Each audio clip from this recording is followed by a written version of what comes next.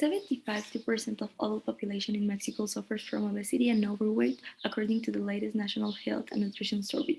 Why is that in our country obesity has already reached an epidemic proportions, and is there any favorable scenario for this question? The working thesis we have used in the following perspective analysis is how to reduce the alarming rise of obesity and overweight in the Mexican young population sector by 2030.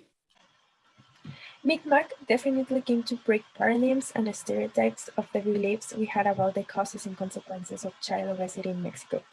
Before we acknowledge and comprehend the system, in our hypothesis we list lifestyles such as entire life, genes, amount of physical activity per day.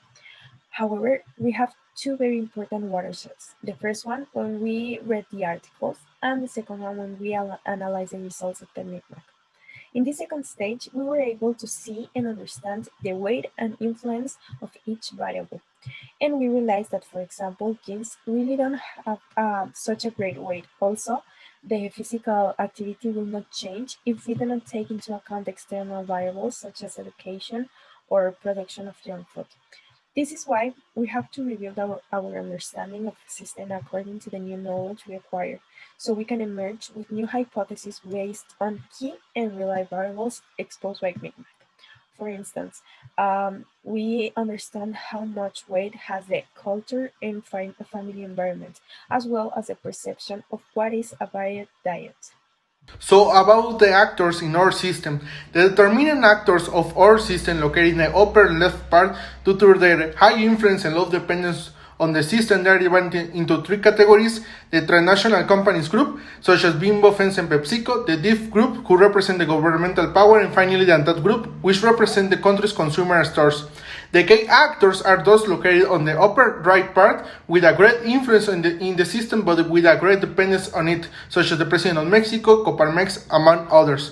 Due to the negative that exists between the objectives pursued by the group of international companies and the divergence with the other determining actors of the system, and even the divergence with the Health Commission of the Senate and the Chamber of Deputies being the most powerful actors of the system, this has been chosen as decline because it complies with a lower ambivalence compared to the group of international companies and a close convergence with the most powerful actors on the systems that will become our strategic partners. The input throughput output diagram explains how our variables and invariables are related within our subsystem, which is the obesity in Mexico. For practical purposes, all of these are classified into 10 different clusters, which are the ones that we found in the diagram. In the genesis of our subsystem, the input, we include all the clusters that have the information that will be perceived in our subsystem in order to have the output, which are food, genetic, and psychological clusters. Secondly, the cluster included in the throughput are lifestyle, government, private, and cultural clusters, since they have the effect of modifying the information received in the input and consequently will directly affect the output either positively or negatively. In the output, being the result of the whole process of the subsystem, the cluster weight has been placed because it is affected by all the other variables. And finally, in the environment, we have placed the international clusters, since they are variables that remain outside the subsystem but that will affect at some point in the future.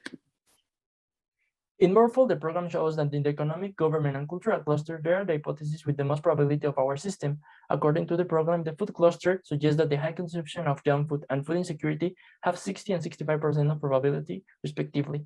In the case of the cultural cluster, the hypothesis that the collective image of a balanced diet won't change is 70% probable. Meanwhile, in the economic cluster, the hypothesis that the inequality increases and the socioeconomic status in Mexico won't change are 80% probable. Finally, within all the clusters, the most probable scenario was from the economic cluster, with a 64% of probability.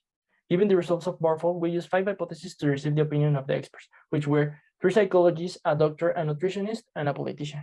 We used this high consumption of junk food, the food insecurity, the inequality, the ignorance of the government to the problem, and the collective image of a balanced diet.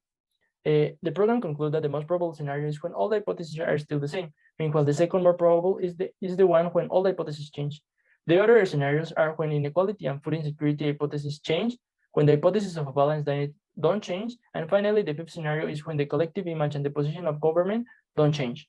Finally, according to the program, the group of psychologists believe that the most probable scenario is when all the hypotheses change. The nutritionists and the politicians believe that the most probable scenario is when nothing changed. And finally, the doctor believes that the scenario when only the collective image not change is the more probable. In conclusion, we decide to use the second more probable scenario because it's the most desirable. Thanks to multiple, we identified three main scenarios. The first one is the reference scenario with the name of remain, where the status quo about the obesity in Mexico will not change in the future. The policies to prevent that scenario are legislative amendments with the actions that you can see on our slide. The next scenario is our desired scenario with the name of change, because it implies that there is an actual opportunity to reduce the increasing obesity among Mexican children and adults in the future. The policies to obtain that scenario are infrastructure policies with the actions that you can see on our slide. And finally, our this undesirable scenario is INE/INS, because it implies that in the future, the inequality and the food insecurity in Mexico will increase, which is horrible. The policies to prevent that scenario are private policies and educational policies. With the actions that you can see on our slide, it's important, however, to remark that these actions that you can see are not all the actions included in the policies, but are the most important ones. And in order to make this presentation not that long, we all included these actions. So, as a consequence of the low probability of the desirable scenario change, our team decides to prevent the reference scenario. Thanks to Mactor, we identified diff, a determinant actor, as our client. For its allies, which are relay actors, are Comisión de Salud de la Cámara de Diputados, Secretaría de Salud del Gobierno de México, and Comisión de Salud del Senado de la República. Why these allies? Well, because they share the same view with DIF that obesity is an actual problem in Mexico, and we have to fix them. We have to fix it as soon as possible. For me, thanks to MICMAC, we identified 10 inflation and reliable variables, like family environment, global viral pandemic, high consumption of junk food, cultural factors that exacerbate an obesity environment among Mexican adults, inequality, Mexican collective image of a balanced diet, etc. Now, for our recommendation, what is our recommendation? A legislative amendment where DIF, with its strategic allies, seek two main actions: negotiate with the legislative power to obtain more public resources to invest in kitchens, so DIF can implement successfully a truly universal healthy hot lunch to all basic levels of education. Axel is going to explain with detail our recommendation. Having all this in mind, this is our final recommendation. The actor, as we have been saying, is DIF, and its allies will be the Comisión de Salud de la Cámara de Diputados, the Secretaría de Salud del Gobierno de México, and the Comisión de Salud del Senado de la República. Its allies, the first and the third one, must give a legislative amendment so that the second, the government, can provide the necessary resources and infrastructure so that schools can provide hot lunches, hot meals for children, either for breakfast, both for breakfast and for lunch. Now, when it comes to spillover effects, in the case of externalities, they are known because children, the subjects under study, do not tend to move freely around the city.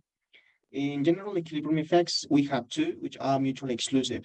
The positive one is that tienditas and small restaurants near primary schools that sell junk food, they adapt. And the negative one is the opposite, that they do not adapt.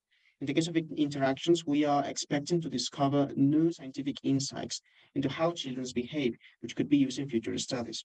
And for behavioral effects, we have two, which are not mutually exclusive like the other ones. The positive one is that children teach their families the new healthier eating habits that they learn in school so that they can put them in practice in other environments. And the negative one is that big enterprises that produce unhealthy products start complaining of the program's success. We are proposing the next two compensation measures for those two undesirable spillover effects.